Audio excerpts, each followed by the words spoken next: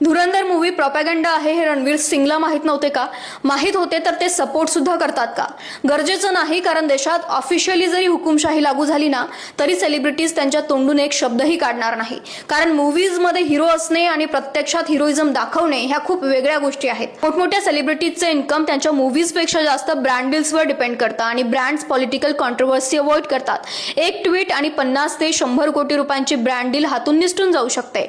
आता एका स्टेटमेंटसाठी 100 कोटी रुपये कोण गमावणार? जेव्हा एखादा सेलिब्रिटी पॉलिटिकल स्टेटमेंट देतो तेव्हा अचानक त्याच्यावर इन्व्हेस्टिगेशन्स, टॅक्स नोटिसेस, कॉन्ट्रोवर्सी होते, जे आमिर खान, शाहरुख खान आणि दीपिका पदुकोणला पाहायला मिळालं. एक पॉलिटिकल स्टेटमेंट आणि फॅन्स डिवाइड होण्याची भीती, अर्धे फॅन्स सपोर्ट करतात, अर्धे बॉयकॉट करतात, ट्रोलिंग होण्याची भीती. फिल्म इंडस्ट्री हे गव्हर्नमेंट परमिशन्सवर डिपेंड असलेली इंडस्ट्री आहे. एका मूवीसाठी censor certificate, shooting permissions, government clearances लागतात आणि अशा परिस्थितीत सरकारच्या विरोधात बोलणे म्हणजे स्वतःच्या पायावरच कुऱ्हाड मारून घेण्यासारखे आहे. पण फिल्म इंडस्ट्रीची शांतता, त्यांचा सपोर्ट समजू नका, ते सुद्धा जनतेसारखे सर्व्हायव्हल मोडमध्येच आहेत.